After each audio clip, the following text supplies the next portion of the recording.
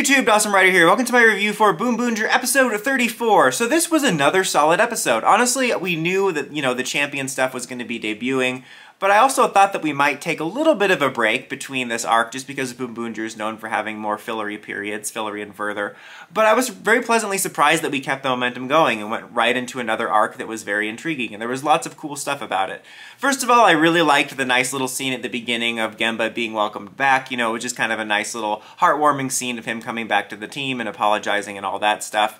And then we set off on this journey brought about by Taya's friend who's still doing shady stuff. We got a little bit more hints at that and how that's involved. I like that that's progressing in addition to everything else. I'll be curious to see how it all ties together or if they're a little bit more separate, but that was how we kicked things off. And they're kind of going on this drive, this mission where they're taking the champion cart on this track. And they do talk about how the champion mecha was finished by taking cues from Tokyoger's mecha that they used last week that they were able to borrow, which is kind of a nice connection, and they also, it kind of has a similar train vibe a little bit, so I do like that a little bit. I still think last year's Kyoryuger crossover was way better integrated, where even though the later ones were very superficial, like the later appearances were very much like, hey, buy toys, which is Toku, but you know what I mean.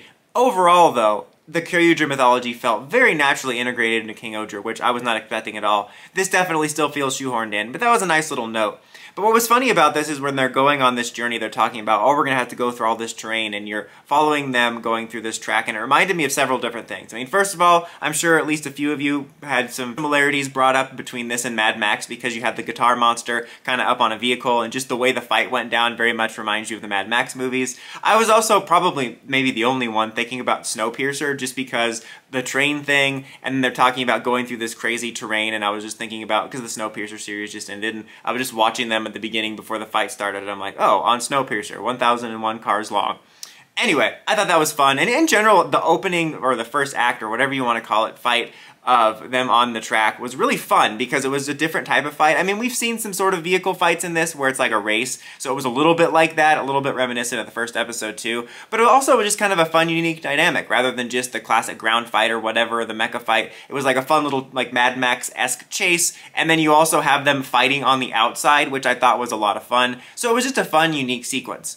But then we get to the meat and potatoes of the episode. I don't know why I said that. I've never said that before, except when last time I said it. But anyway, is when Disgrace shows up and reveals that Boodario used to work with the big boss, whose name is like Snyder Cut or something like that. And they reveal that he used to work with them, and they're like, were you a Spice Runner? Were you a Scavenger? Were you a Stormtrooper? We can do this all day.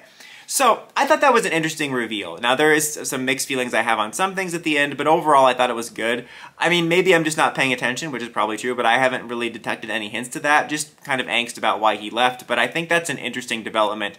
And I did like the team's reaction, where on one hand I'm like, okay, if nobody has a reaction, then what's the point? But at the same time I'm like, we don't need more needless melodrama.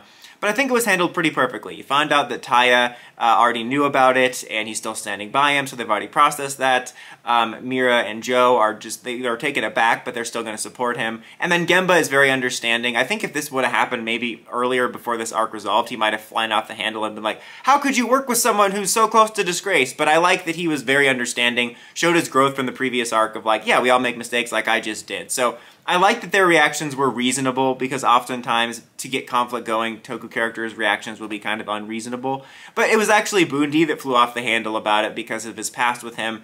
And so I think that was handled well, where you have to have one character. I don't want it to follow too many repeated beats where you kind of have Sakito and him separated from the group and it feels needless. Like, I hope it amounts to something. Like, that's where I have mixed feelings, where I'm like, okay, this is good because the reveal didn't have people flying off the handle, but it had consequences.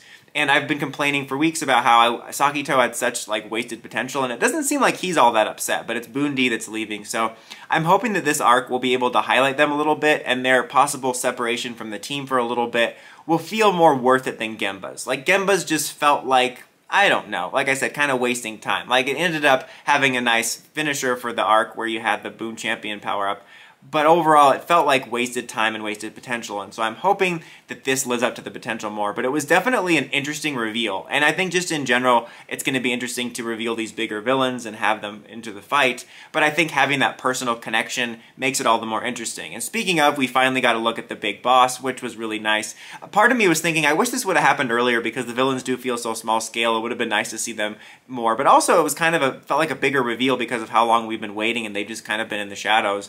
And it was really nice to see that, and I'll be curious to see how much more he's going to be in the show as we go along. And he killed like a general villain that I thought was going to show up. I'm sure they'll maybe repair him. Maybe it was just for a one-off, but I'm like, why would you show that character and then immediately kill him? But maybe they'll repair him so he can fight later. But I'm really interested to see where that goes. It really feels like things are ramping up in a way that was kind of unexpected, because again, I know we were going to debut the champion form, but I thought we might cool down just a little bit, but I like that we're still pedal to the metal commander. Also, I gotta say, just lastly, I do really like that they showed the restraint of not debuting the full mecha form. Like, talking about pacing, I think Gav has been really great with pacing, but BoonBoonger's been pretty good too. They mostly do a good job of pacing things out. A lot of other more rushed Sentai would just run the gauntlet of almost everything the new toys can do, but I like that this just showcased the carrier mode. We're gonna do the mecha next week. It's just nice because it makes it feel a little bit more natural, and I just really appreciate that. But yeah, overall, really solid episode, really enjoyed it. I'm glad BoonBoonger is keeping up the pacing. I'm still enjoying myself with this arc. What do you guys think of the episode? What do you think of the big reveal? Let me know in the comments as always. Until next time, don't forget to like, comment, subscribe, and climb the steps and ring the bell to get notifications for my videos. Dawson Ryder, signing out.